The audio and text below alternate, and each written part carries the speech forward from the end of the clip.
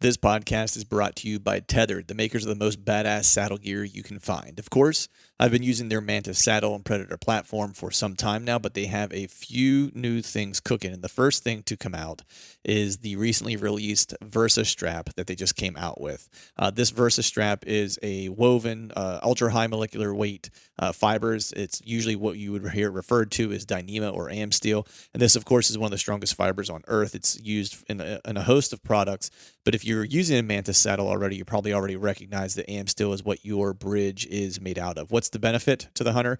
Well, it's super strong, and you do not sacrifice any weight issues. Literally, you get 4 of these straps, daisy chain straps, which would outfit all 4 of your sticks, and the total weight for all 4 of those straps is 4.4 ounces. That is versus, what you would usually get with your sticks with the buckle and et cetera, which is a lot more. That one strap will weigh a lot more than all 4 of your daisy chain Versa straps. So they have 3 different versions out that you can choose from. They have a mini Versa strap. This one is actually really well suited for those smaller Versa buttons. So those that, would come on the Lone Wolf custom gear sticks, hunting bee sticks, or if you're DIYing your sticks and using small Versa buttons, that is probably the one that you want. Again, 4.4 ounces for a 4-pack, and the average breaking strength is 1,500 pounds, which is crazy strong. The second option they have is the Versa strap. This one is 3/4 inches wide and weighs 4 grams per foot, so 0.14 ounces. And this one you would want to use more for those sticks that have larger Versa buttons, like the Lone Wolf sticks, Hawk Helium sticks, and things of that nature. Again, 4.4 ounces for a 4-pack and 1,500 pounds average breaking strength. They also have a poly Versa strap. Now, this one is 3/4 inch wide, and it weighs just a little bit more. When I say a little bit more, 5 grams per strap, or 0.15 ounces.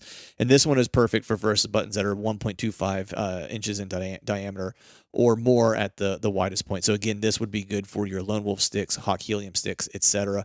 These ones, however, aren't quite as strong as the mini Versa and the Versa strap, but the average weight breaking strength is 800 pounds, so well above what you would need for sticks. So if you'd like to learn more about their Versa strap options or any of their saddle gear, head over to tetherednation.com. That's TETHRDNATION.com and check it out.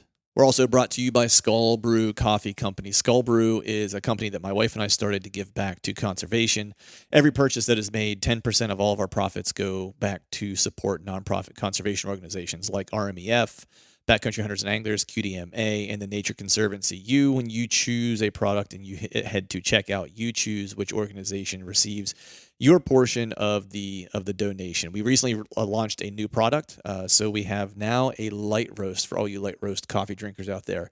It is a Ethiopia Harar, which is a little higher in caffeine, so it starts your engine in the morning. It's killer hot, or if you're like me, I really dig it as cold brew. So head over to skullbrewcoffee.com and check it out and pick yourself up a bag today. There, happy Wednesday to you. Hope y'all are doing well out there in the whitetail world. It's I know I keep saying it, but it is 1 week closer. I actually think I saw some stuff on social media where we got some of our brothers and sisters in the South. I think Florida is already kind of kicked off their season. Actually, I saw a dude drop a hammer in Florida. I didn't know they had deer that size in Florida, and if I had known that, maybe I would have hunted Florida more often when I was living there. But nonetheless, we're a week closer here for the most of us. Heading towards whitetail season. Everyone's kind of pressing for the last few tweaks. I see a lot of folks are kind of getting ready for their fall food plots and stuff like that right now. And I think I've officially decided that I'm not going to do a fall food plot this year. I'm just going to kind of let the property back home, let it ride, and see what happens. Haven't even done a camera pool there yet.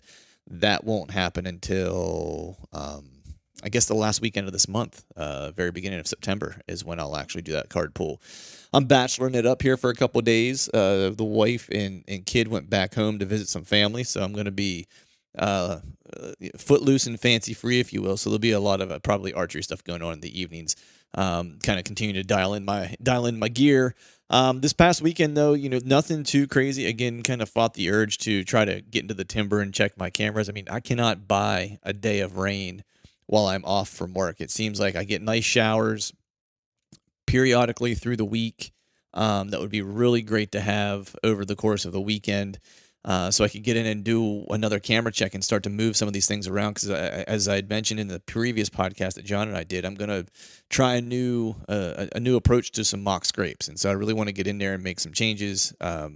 Check the cameras, at least one more time, and see what I have on camera here for the summer, and then start transitioning them to the places where I'll just kind of set them and let them for the fall. But I'm really, I've been good so far and not gone in and busted anything up. I know that I have a few good deer, so I don't need to go in traipsing around necessarily, but I would like to get the cameras moved in these new mock scrapes put in to put these cameras over. But we'll just continue to bide our time. I looked at the forecast this week again, and it looks like the only bit of rain we're going to get is like midweek, of course, while I'm at work. And then it looks like the weekend, is going to be really nice, which is great. Really nice weather. Like this past weekend was killer. I think the high was like 82, so it was nice to get outside and do some shooting and not completely die. So other than that, this past weekend, I also, one thing I like to do this time of year, and I start a little earlier usually, but right now is when I really kind of ratchet it up, which is I actually get into the saddle, climb into a tree in my backyard, and I start shooting out of it. And I'll do it a handful of times in the spring, and earlier in the summer, I'll jump up into the saddle and fling some arrows. Especially with the new setup this year that I have, I spend a fair amount of time on the ground just kind of learning my gaps, because I shoot a single pin, set at 25 yards, and I'm confident out to 35, 37 with that 25-yard pin. So I spend a lot of time working on my gaps to make sure that I know what I'm doing whenever I'm having to hold off the mark or whatever.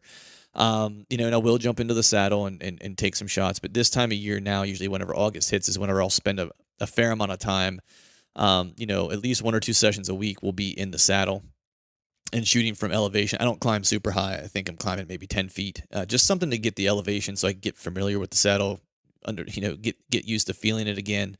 And shooting out of it just is different than standing on flat ground, just like it would be if you're shooting out of a tree stand. I think it's one of the things that folks kind of miss out on. You shoot a lot from the flat ground. Unless you're still hunting or you're hunting out of a ghillie suit on the ground, it's like you're likely not going to take a shot at that flat angle, almost nearly, never in the whitetail woods.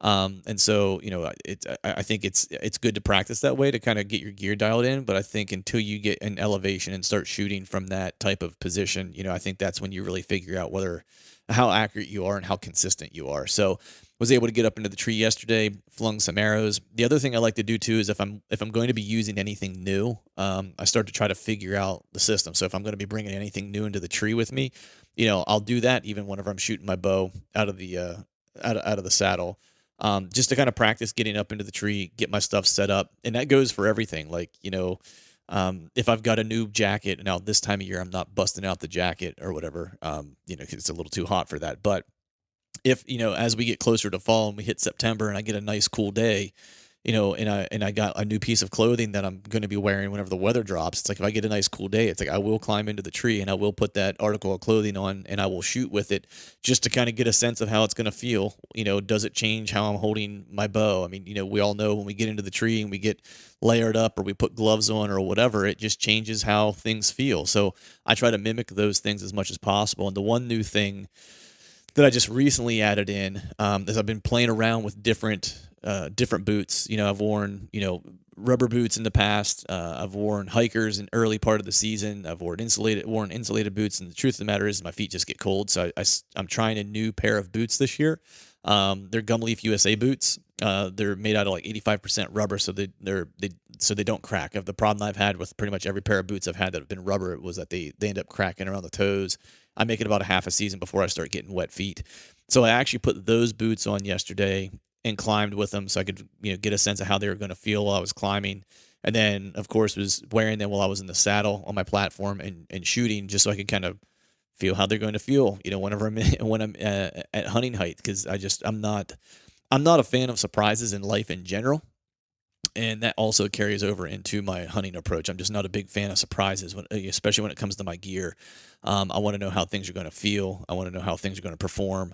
And just want to make sure that I'm going to be as confident as possible when I climb into the tree. So that was what I did yesterday. And today I actually just got done shooting my bow. And I'm feeling pretty good. I do have one more set of arrows to build. And I have to say, man, shout out. I know I had Brian on. Brian Broderick from Day 6 Arrows, Day 6 Gear. I had him on a few months ago. If you haven't listened to that podcast, go back and listen to it. He's just a wealth of knowledge when it comes to hunting, especially when it comes to arrows. And they've got some new broadheads that are coming out, or that are out now currently. But I just got a new set of arrows, going to be building those, and their components are kick ass and make it dummy proof. And they're just, I don't know, the best arrow I've ever personally shot. So if you're in the market for arrows and you're just kind of trying to figure out what arrows you're going to shoot this year, and you want a a good arrow that's going to be consistent, fly consistent, and be tough as nails, I would definitely check them out. And if you like to build arrows yourself, they make it pretty freaking easy to build a killer arrow. I'm by no means the world's leading expert in arrow building, and I'm able to build arrows that perform and are accurate and fly consistent. So if they can make a guy like me, who's not a great at building arrows, build solid arrows, then I think anyone out there can probably take the Day 6 arrows and build some killer setups. So, but with that, today we have a pretty killer show. Those of you that have been listening to the show, at least for the past couple weeks, and especially for those of you that have been listening for the past several years, Greg Litzinger is a good buddy of mine. He's been doing this look back series with me. If you are new to it, we've done a couple previously here. I think this will be the fourth, installment of it, where Greg is really kind of going and looking at the various podcasts that I've done over the course of the past 3-ish years and picking out nuggets that he finds interesting and things that, strategies, lessons learned, what have you, that other guests have shared with us. And we're basically taking those and talking about them. And I wouldn't go as far as to say is to dissect them, but I'll give you an example. I might be talking to, at one point I had Bill Winke on, right? And talking to Bill, and Bill is a wealth of knowledge, and he has a specific way he likes to use trail cameras.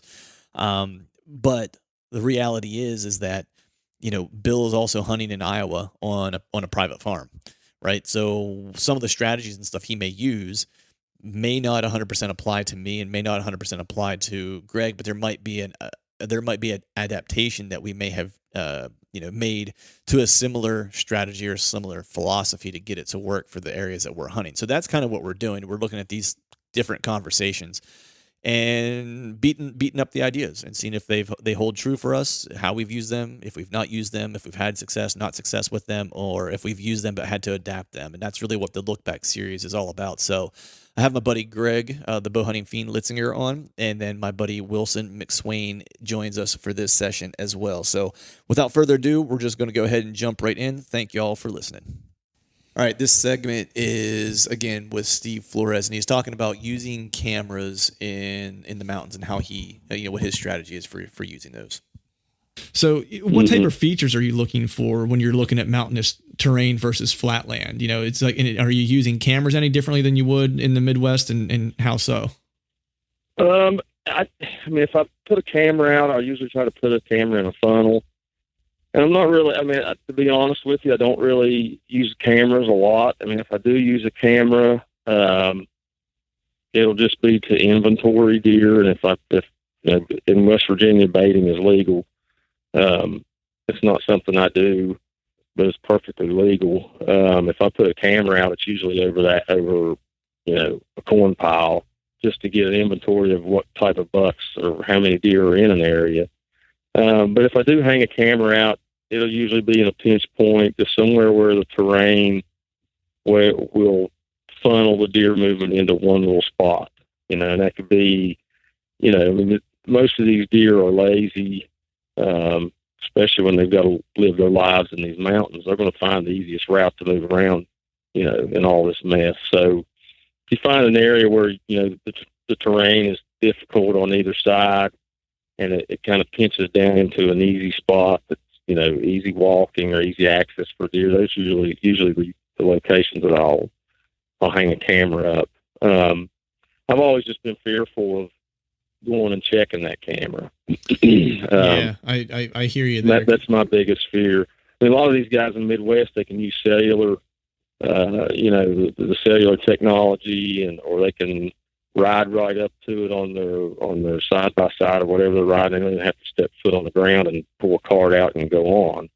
Whereas, somebody like me or you, I've actually got to go into that area and disturb that area, right, to check that camera. So honestly, I'll actually use, if I hang a camera, I mostly won't use the information that I gain from that camera until I'm actually in that area hunting, or I'll pull that card and then just kind of reference that information that I gather for the next year. So if I pull a camera card and I've got an area that saw a lot of doe traffic or, saw buck traffic, then I'll kind of file that away and say, okay, next year I know that this will be a good spot. I don't have to go in. I can just go in and hang a stand early, and then I don't bother it. But as far as going in and checking a camera every 2 weeks or something, it's just not something that I like to do. All right, so cameras in the mountains and tactics for how we're using cameras. As Steve had mentioned, in West Virginia, baiting's legal. Greg, I know you have experience with in New Jersey where baiting is a thing that you're usually battling as well. Yes. PA, we're not allowed to. Where our family property is, you can't bait at all in general because of CWD stuff. But it sounds as though like they might be they might be getting rid of it in general. But what Steve was talking about was really kind of using more terrain features as his strategy in the mountains for camera placement and stuff like that. And so even in flat ground, I'm not a we talked about the whole summer camera checking it, and if you're putting a camera out and running a bait station or a mineral station, whatever trendy word people are using now. To me, I think it's false intel. Yeah. The only reason that deer is there is because you're putting something out. You stop putting those things out, that deer's gone. So it's it's like a false positive. Yeah, right. It doesn't. It's not going to help you take that information and go somewhere else. That information you get off that camera is like, oh, that deer's eating your corn or mineral, salt, whatever you're using.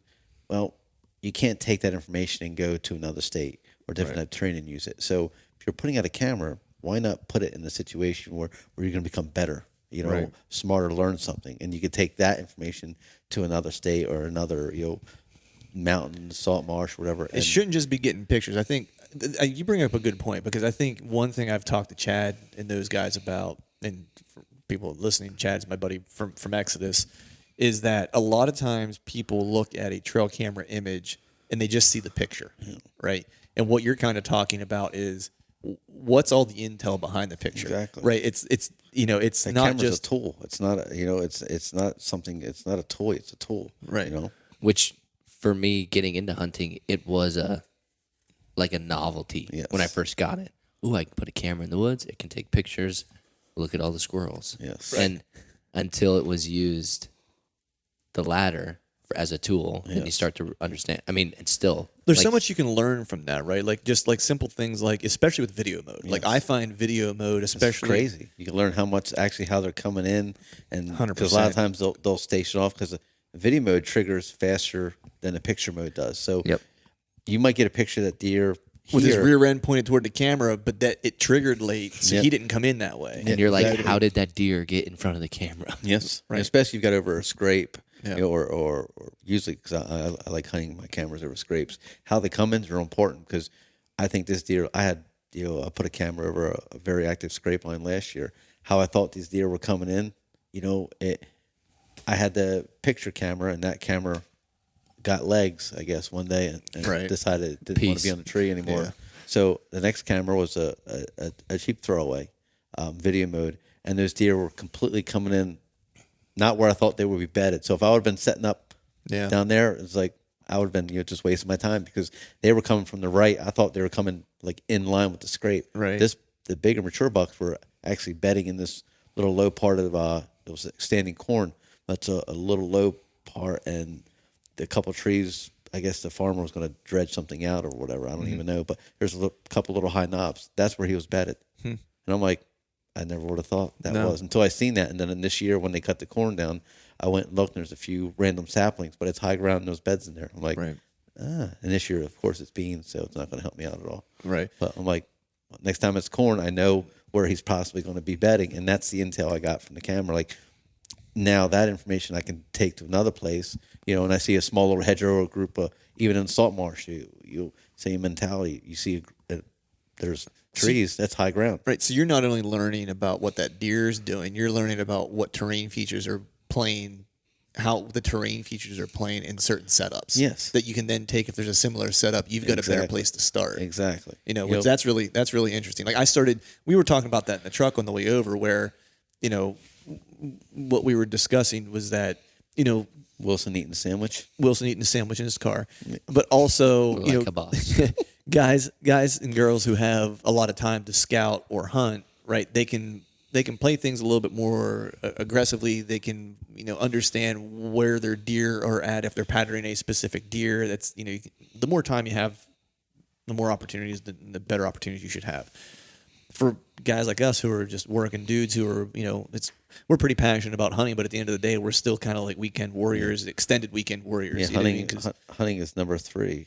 Right, we have families, work, jobs, family, and stuff like that. A distant third at best. Right. So it's like what Greg and I were talking about was that what I've learned, and Greg's known for a while, but it's something I probably figured out more so 2 years ago, and I've been trying to implement it more and more. Is that I'm hunting more terrain features than I am any specific deer per se. You know what I mean? And knowing that on this property, exactly what you're saying, whenever there is a food source here, I know that there is a saddle here, a bench here, a soft edge here. Yep. These are the places I'm going to focus on, as opposed to focusing on where's that buck going to live. Yep. You know what I mean? I know there's a buck bed over here. I know there's a doe bedding over here. This is the terrain feature I'm going to focus on. It's also helped me going to new states or just new properties I'm unaware of, where it's like I'm going to hunt terrain features, not necessarily the deer. Yes. Which is another reason why I've been kind of studying that map book, because that was a big piece. But it's interesting that you're figuring that out from trail cameras. Yeah, and we, like you were saying, we'll talk about it another time. We'll get off track of this said topic. Right. But it's like I got to try and stay focused. low impact trial and error. Yes. Like if you bust into a bedding area because you want to get your camera in there and see what's going on, and you put it on the wrong tree, and you're like, well, there's no deer in there. Well, because they're walking on the other side of the tree. Yeah. But now you've just messed everything up. So it's like, weigh your options. Is there a lesser impact spot where you can have a trial and error instead of blowing it out and then being bummed because you got no pictures of? Well, that's too, like bedding areas, I'm not a big fan of putting. If you do it for, like, guys let them sit all season, that's great. Like, every year I'm like, come March, April, I'm going to put a camera out. But you know what? I never do. Because that's like, it's like work. Right. And then I got a bunch of because salt marsh, or I might get 1 or 2 pictures, but there's a lot of false positives on those things. I'm not rifling through 6,000 fucking pictures on a fucking SD card. I'm like, in the trash that one goes. Yeah, right. I mean, what we were talking about too, just a little bit ago, was related to baiting and stuff like that. Is that intel, especially if you're like putting bait or mineral or whatever. And like, look, if you want to put bait and mineral out because you just like to see a bunch of deer come into a camera, And like by all means, do I think it. people need to be honest with that. If that's what you're doing, just admit it. Understand that you're just getting a bunch of pictures, right? Yes. And that's cool, because that's not going to help you in October. Yeah, if you got 5,000 acres, great. But if you're hunting a small little urban wood lot and you're putting out minerals and you got 20 acres to hunt, I mean, that's just... That deer may or may not ever be there. Exactly. That deer's going to come through there anyway. Just find out where he's coming through and put 1 or 2 cameras and just let them sit. And it's rainy not day, go pick them up, and non-invasive. It's not show and tell. Like that, the bait pile turns it. The camera is slightly above the bait pile, so you can't see it, and then you get to show all your friends. Like, I got 7 booners. Yeah, right and they're all here. at the same time just standing there. I'm like, they're just 7 whoppers just hanging out in the same place. Hey, what's up, Bob? Oh, not much, Ralph. Just hanging out right here. Right. On a 5-acre backyard, just hanging out. No, it's like those low impact spots that even like huge.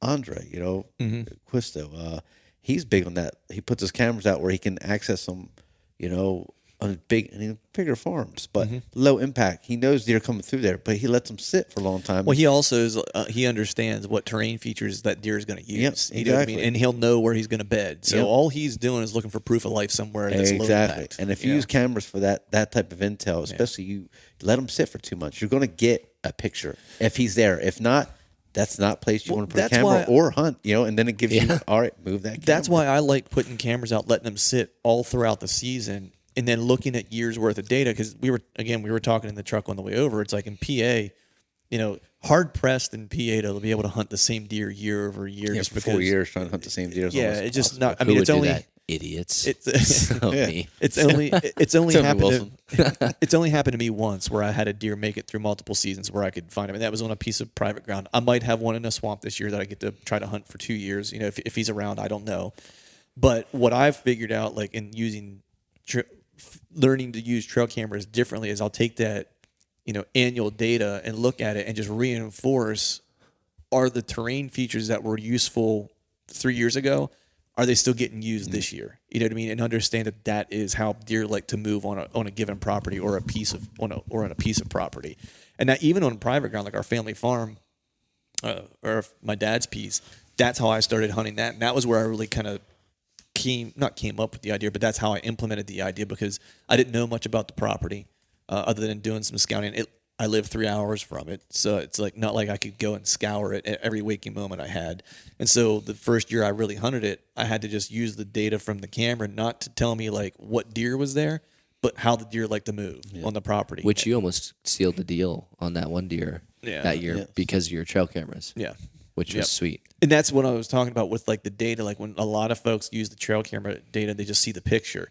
But it's like what all information is there. And I'm not talking about just like the wind direction, the timestamp and stuff like that, right? It's like you start to think about, especially on video mode, when you see what direction they're coming from. It's like, and okay, the wind, what direction was the wind blowing, right, that day? What time is it? The thermals, thermals playing a part of it. What time did he come through? And I'm not so concerned with what time he came through, but only in relationship to how long it took him to get to that point. Because now that will start to tell me, especially if it's in an evening, how far away is his bed? Exactly. Because now I can start to backtrack and go, okay, if he's coming from the north, if I look toward the north and he got to the field or to a funnel or wherever the camera is, we're talking about placing them in terrain features. And if he's using this, where's he going? You figured that out, right? And so then you can start to backtrack and say, all right, if he passed through here at 5:30, his bed is probably, X amount or X distance away based on looking at the habitat and saying this would be the next best bedding for him, likely bedding in this area. So now you can start to move back toward, either move your cameras and start to narrow down on him, or just know that's likely where he's at and start to hunt him back in that area. We were saying time. Nobody wants to wait. Like when time is your friend in hunting. And hunting and fishing in general, just knowledge in general. Like, it's just compounding on a daily basis. And that until I put cameras in the mountains the last couple of years, and I haven't hunted where I put the cameras. This year will be the first time I'm going to hunt. And I had like 6 cameras out, and only 2 actually panned out out of 6. You forgot to put batteries in one, probably. Okay, that's just not enough. Just the volume was just shit. It's like, well, a buck might come through there, but one picture in 6 months doesn't say anything. Out of here. And that that I would call it like a hidden deep cut. You look at a map, but don't look at deep cut. But I found it boots on the ground. Back to the topographical map thing, and it was from October 28th to November 3rd. It was on fire. Bucks cruising. In the mountains, they cruise a little bit earlier than I find like down here in South Jersey. Right. And I mean mature deer, like all day walkers. I have one night buck picture, all from 9 in the morning to 12. So they're coming down, making this giant loop. It was like every 2 days, the same buck's coming through. So they're on some pattern and they're just looping through.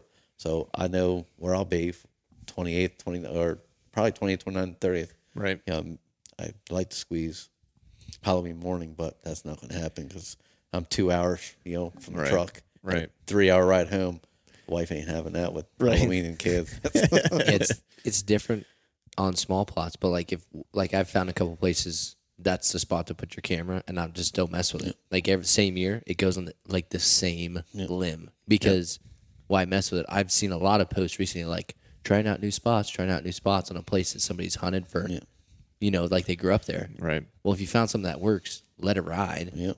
And then, or if you found something that works and it's a piece of private ground that you hunt year over year, better yet, just leave it alone. Don't even put anything. If you put your camera out, put out where you're going to get pure nighttime, like 10 o'clock at night pictures, and where you're like, right by the road, like Double Lunger does that. He literally has telephone poles right on it. You drive and literally you look at the camera and it's like right there. And he's like, I get out and get the camera. He would walk their dogs, stuff like that. Deer used to smell there, and he's just like giant deer. He goes. And he's time stamping those deer, like you said, with the bedding. I want them to be here at a certain time because I know that means they're bedding over here. Yeah. Or if they're going this direction, I thought they're bedding here. I know another bedding area over there. And that's where he sets up. These last couple of open mornings, he's killed his big deer that way by putting cameras close to roads where he access them easily. But he's looking for He's looking for a timestamp. Yep. was like, all right, because he knows where the bedding's at. Yep, he's got two beddings. All right, if they're headed this way, all right, I know they're bedding. And it's not a big wood setting where it's like you're afraid, because I know you had experience where it's like, we talked about in the last session, like one of the bucks you killed, your buddy bumped out of a bed. Yep. You're pretty sure he killed that buck, or you killed that buck the next day, and then there's never been a buck in that bed since, right? Yep. But on these small lots, or in these smaller parcels, like Lunger's hunting, or like Wilson and I are hunting in the burbs they're here. Hunting similar. Double Lunger, Wilson, you guys are hunting the same, Call me. Type of setups. But they don't have as many places to bed, right? So it's like there's just the percentages would say that a good bed in those scenarios is probably a good bed in general, and that if a buck gets killed, a new buck will likely move into that bed. So that's how my one spot is. It's like there will be a dominant buck there every year, and if that buck doesn't winner takes all. Yeah, it's game over. I had my first mountain hunting experiences last year.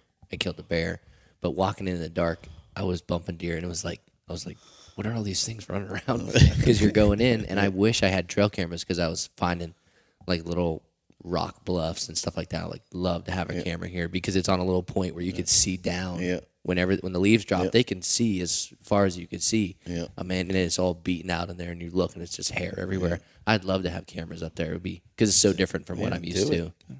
Go buy half dozen, put them up there, let them sit. Let them get stolen. Yeah. Let's put them about 8 foot high. Yeah.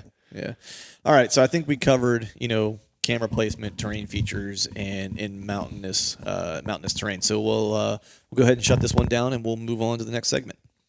All right, so this is the third segment with our buddy Steve Flores, and here he's talking about, of course, still mountain bucks or mountain hunting, and specifically hunting the mountains in late season. So let's hear the take, and then we'll discuss. Do you have like a top 5 tips for hunting mountain bucks in the late season, or like things that you follow that are, a plan to try to give yourself the best chance of success during the late season in the mountain area? Well, yeah, like I said, a lot of guys, they'll bait. I mean, they'll especially when the later part of the year when most of the food is gone, they'll start baiting heavily.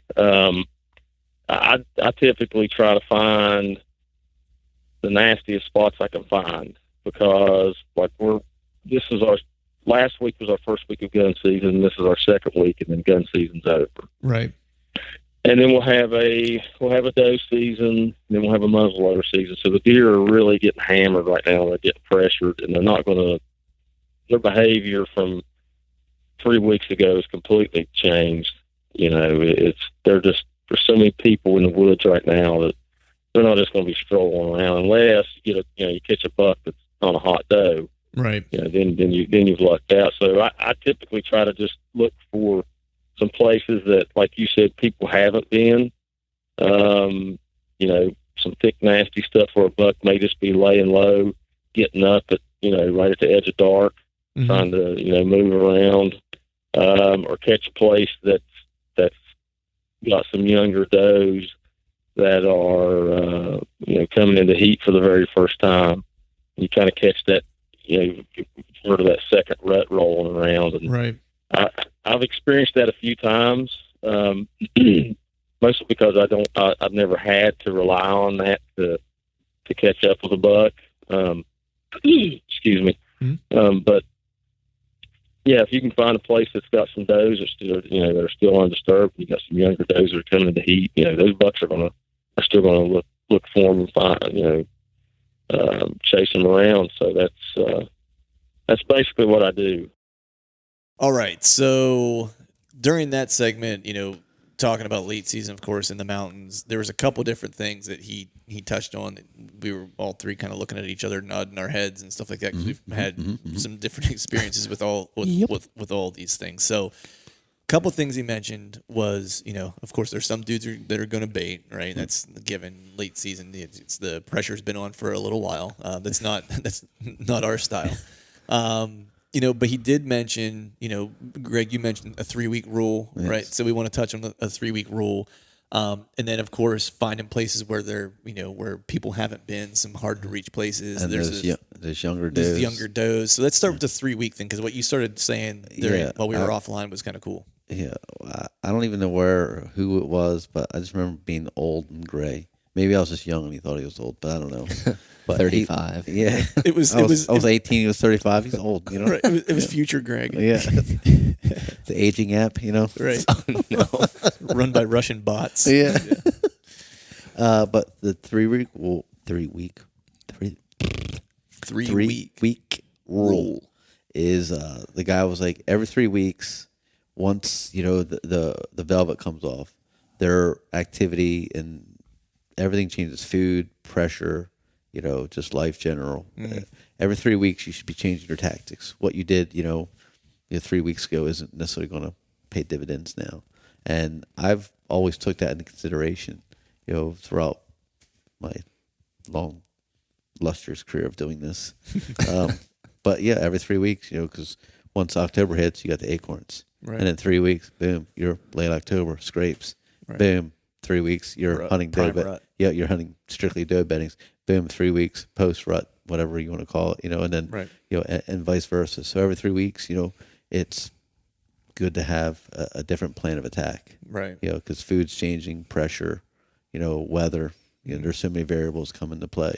So if you're hunting the same spot you did in November that you were in October, odds are you probably won't see a deer, or Right. September, October, November. Right. So you constantly got to be changing with the deer.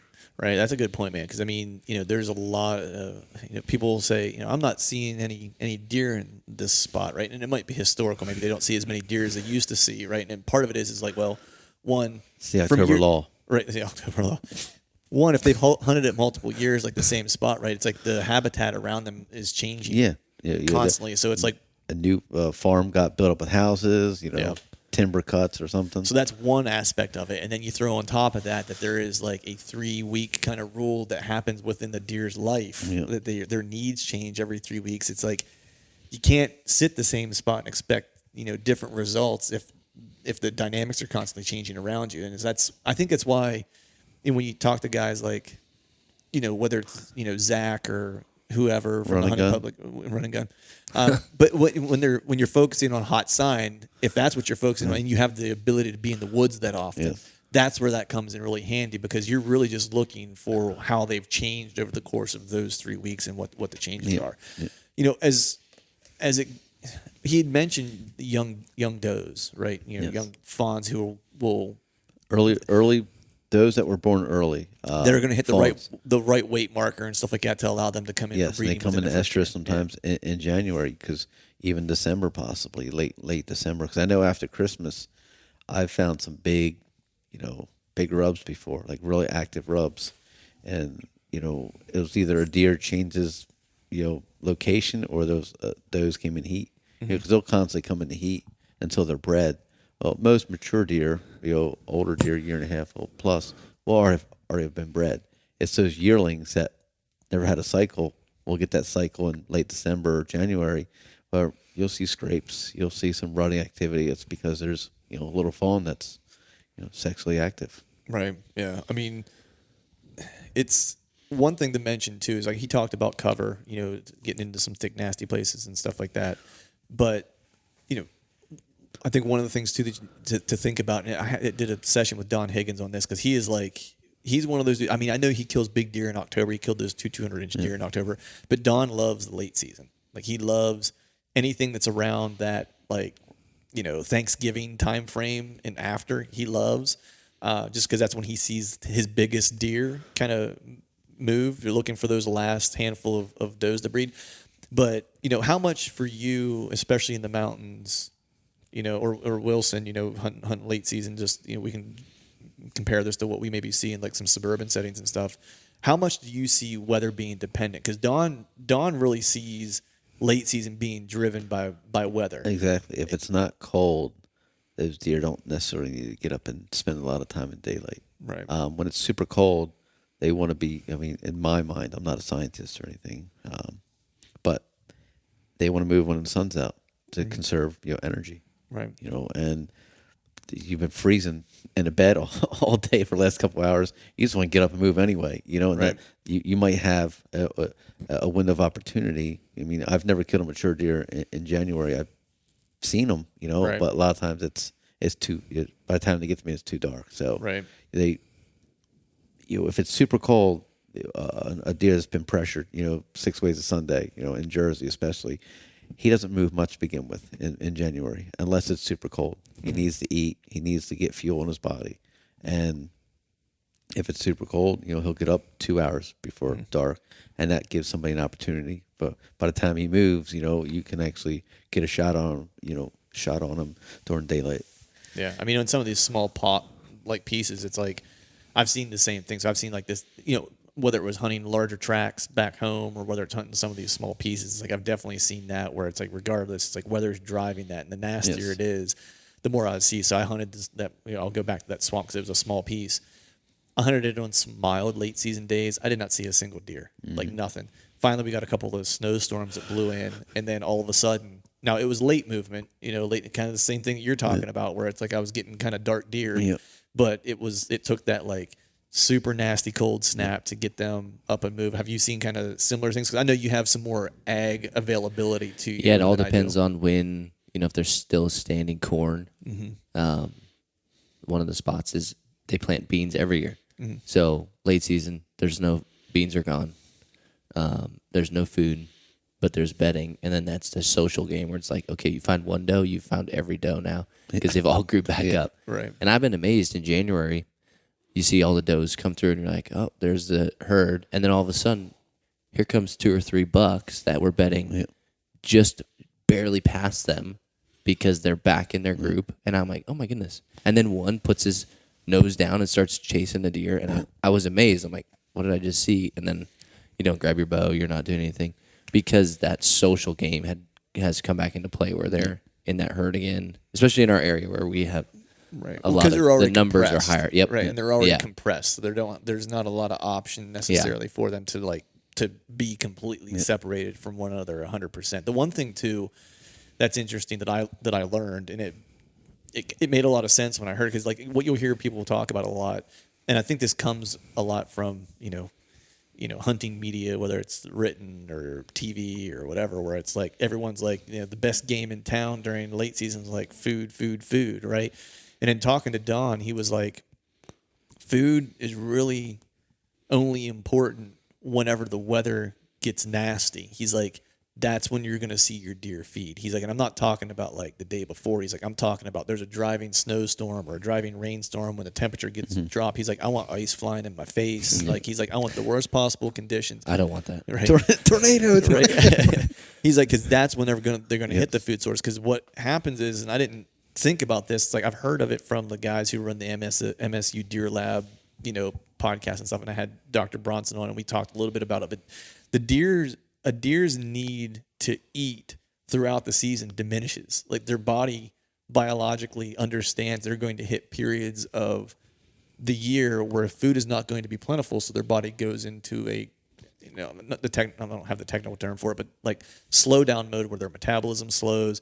They require a lot less food. So that myth of like a deer's got to hit the food source right after a rut because they're trying to put on, it's not actually true. It's because their body has adapted to account for the fact that they're going to lose. But TV says it's true. Well, yeah, I know. It's an like old guy said it. Yes. Some old guy when I was 18 said it. Right. Which was interesting to me that he doesn't say food isn't important. Like, yes, food is important, but it's timely food is what's important. It's on those bad weather days that are important. And have you seen that as well? I know whenever it's cold, especially in Jersey, I don't care what, some of my high pressure areas, like this past January, it was cold for like 4 days in a row. I went out 3 days, 3 of those 4 days, just the last, it was a struggle to sit 2 hours. Right. I left work early. It was like that cold on the Saltmar. So I got 40-mile-an-hour winds on top of, just being cold. It was deer galore. Every deer that could be, they just needed to move to stay warm. So I don't know, maybe they're afraid to freeze to death. They sit still any longer. They could possibly freeze to death. It was like that cold. The wind will just cut through anything. Oh yeah. And you can only get out of the wind so much. It's just cold, and deer were just everywhere. I had an 8-pointer coming behind me. And I'm sitting on the ground, and I hear this coming through the ice. It was so cold, like everything just froze. It was like it was no, like, it's not even a place that gets water very often. but it was just so cold. Like it just had this layer of ice, or I don't even know what it was on top of it, like wind blown mist or something. And the moisture comes up from the ground and like Yeah. looks like crystallized. It draws it out. Yeah, It's just like, and this deer coming behind me, and I mean, he was 15 yards, and by the time I could hear him, I'm like, keep looking behind, and there's already deer out in the field, so I'm kind of doing that, like trying to look but not look, like right. So I'm going, and my neck starts hurting because I'm like, I was like, I can't really see, and once I fully turn around, I mean, he's standing there just looking at me, and I'm just like, game over. Here we go. Thanks, buddy. All season, wait for that moment right there. Like if I would literally, as soon as I heard him coming through, if I would have turned, but the odds, it was still an hour and a half of light left, and he was mature, but he had to eat, so he had to move, get warm, eat, do something. So there was plenty of daylight, and he would expose himself. He was going to come up out of this little draw, which I didn't think they ever would have done because it's not very much cover up along the field. It's thick and nasty, and this little draw is just open cattail marsh with marsh grass. Right. There's nothing there to protect him. He was like dead out in the open. Right. But he was just so cold, like he was forced to move because 3 days of that temperature. I mean, then I found some out in the marsh where deer bed and freeze to death. You see them. You see it on social media. Them in the cold wind, they just freeze. They don't fall asleep. They don't wake up. Because they're so cold. Their body's like Anna. They're depleted and they're tired, maybe injured. Right. They just die. It's funny you say he's like way out in the open because I hunted like late season. It's cold. There's snow. You hunt the food source, so I'm like going to the food source and I'm not seeing deer, or it was too late, unless it was like extreme temperatures.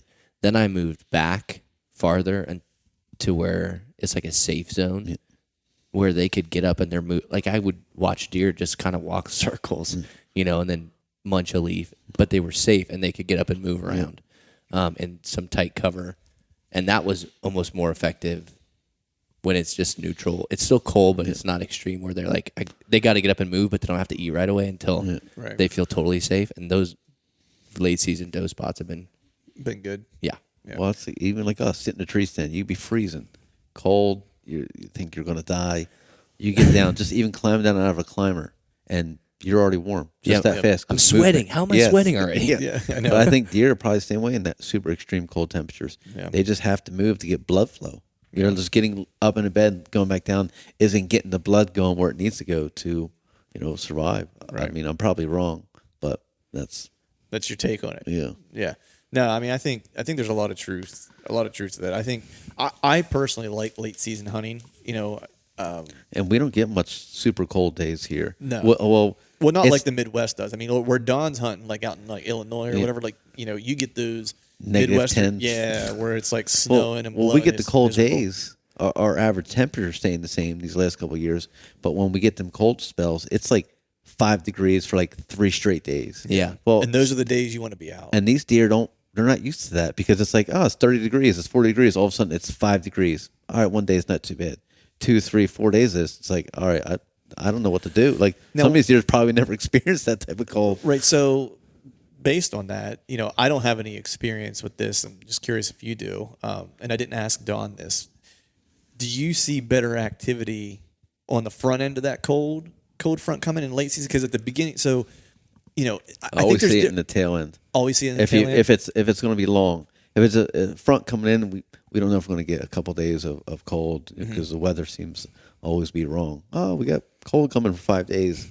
One day in it's 70 degrees, so I don't know. Right. But any type of the front's always good, but I like the tail end on a longer storm. Right. Even like rainstorm, 2 or 3 days. I like being on the tail end of that. I think I see more bigger deer activity. Right. Even in field, just driving around, I see more bucks on the tail end than the pre-storm, I guess you would call it. Right. Yeah. Now, go ahead, Wilson. Dryer vents on the outside of houses. I've seen deer literally like. That's amazing. People are running their dryer inside and it's pumping out that warm air, and it's like I've seen literally 2 or 3 deer standing next to the house, like it's like a heater. I'm like, that is awesome. Meanwhile, you're standing freezing. Yeah, so jealous, right? Like they smell good. Yeah. I'm like, what? I killed a deer. I'm like, why does this deer smell like a dryer sheet? Yeah. Right.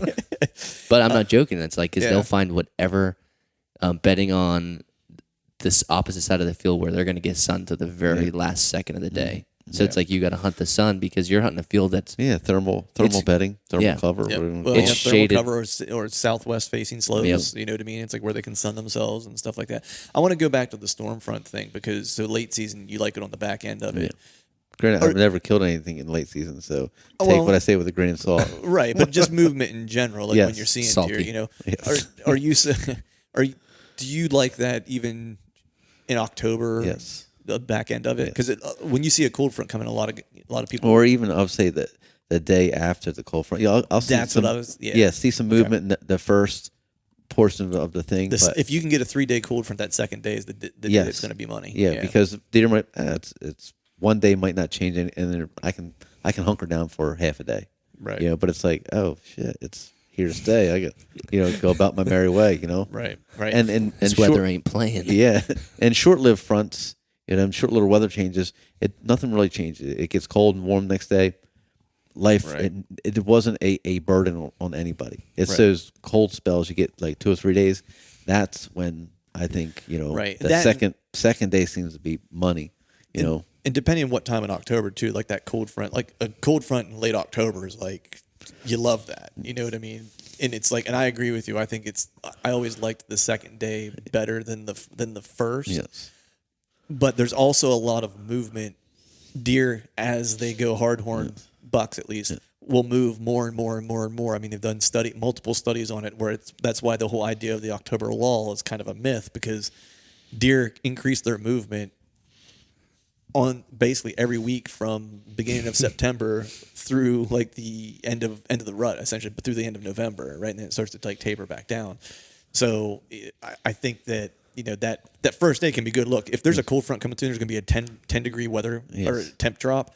I'm probably going to be out that first day. Exactly. You know what I mean? So I'm not saying I'm not going to sit that day. my kill ratio versus sighting ratio, I might see more deer on that upswing on the beginning tail end of that, but I kill more on the second day. So you have 3 days to hunt. You get a big cold front. You can only hunt one day. Or are you going to go like the first day and the second day, or are you just going to put all your money on usually towards the end? The cold fronts, because my vacations are scheduled for certain days at work. I can't really change them, and I save like 3 or 4 personal days. And if I see a cold front coming, I will try to maximize because I got 3 or 4 days. I'm like, all right, I'll use 2 days. I will literally go up to the mountains or whatever all right, I know it's cold. I'm going up that night and I'll hunt the next morning, or drive up that morning like the day after, because I'm trying to time it with what I have at work. And maybe that's why I've been more successful at that, because when It's I'm just like using the my way you're prioritizing. with time in my the cold days front. off, because I never really get that cold front when it seems like when I'm on vacation it's a fucking sauna in Hawaii, and it's like first week of November it's 70 degrees and I'm like I'm like dying, Right. So like my cold front days are usually my personal days that I've saved throughout the year. Right. So you're like, all right, it's coming. Is it really? Because you don't want to take off and then it turns into a dud. So you're like, all right, it's cold. All right, I'm sick. Next 2 days, I'm not coming in. Right. Right. Don't call me. Yeah. All right. Well, I think we got a little off topic with cold fronts and stuff like that, but it's all kind of related back to late season and how the weather drives some of that, and it's kind of how we got onto it. But I think at this point, That's all your fault. So. it's all my fault. Well, because late season is cold. Like Pennsylvania, the temperature does drop. So like if it was that temperature in November, we would go, it's a cold front. But in January, it's normal temperature. Yes. Yeah. And so you're still looking for a temperature change. regardless. Yeah. And then in the late worse, season, the better. Yeah, in late season you get 10 to 15 is the way to go. Yeah. 5 degrees, it's not really going to change. Well, much. yeah, 32 to 28 isn't changing anybody's life. You know what I mean? Yeah. It's like, You so, get a couple 10-degree days that does definitely gets thing on their feet. and that's the thing. It's like when people hunt. I mean, that's why I like the late season personally. I've always liked it for a couple of reasons. The weather's crappier, so a lot of people, even with bow hunting, they'll hunt through like the rut and then they're done and they don't break the bow back out. But they're like, at least where we live, and I'm not sure about you in New Jersey, but like we can hunt archery until We like can hunt Sundays, so Yeah, well, 99 whatever. poo poo, stick your head doo doo. right. Yeah. But we can hunt till the end of January around here. So there's a whole month left of archery hunting if you want it. You just got to bear some bad temperatures and some bad weather. But what you get the benefit of is way less pressure because there's not nearly as many people going out whenever the temperatures get that low. I killed my deer in the October lull, and then late season, or my buck I killed, and then late season you're like, I'm going out, I'm freezing. I'm like, I'm inside, I'm warm. Yeah. Tagged out in October. Sorry about your luck. Yeah, I was exactly. like, maybe I'll go shoot a doe. Yeah. Maybe not. Yeah. Well, then Step you and I, outside. and then you and I go hunt together every time we do that in late season. We don't see a Yeah, single it thing. pours rain. Yeah, that's awful. But all right, so I think we covered late season here. We will go ahead and wrap this one up and move on to the next segment. All right, folks, that is a wrap for today's show. I'd like to thank Greg and Wilson for joining and all of you for listening. If you haven't yet, please head over to iTunes and leave us a 5-star rating. And also be sure to subscribe to the podcast. It would be awesome if you do those two things for me. Also, if you are looking for a new pair of rubber boots, you can use the promo code TRUTH19, that's TRUTH19, and save yourself some cash on a new pair of Gumleaf USA boots, and that is at gumleafusa.com. Before we shut this thing down, I need to give a big shout out to our partners who continue to help us make this podcast possible. Tethered, Exodus Outdoor Gear, Skull Brew Coffee Company, Gumleaf USA, Obsession Bows, Ramcat Broadheads, Trophy Taker Rests, and Dead Downwind. And until next time, we'll see y'all. Show you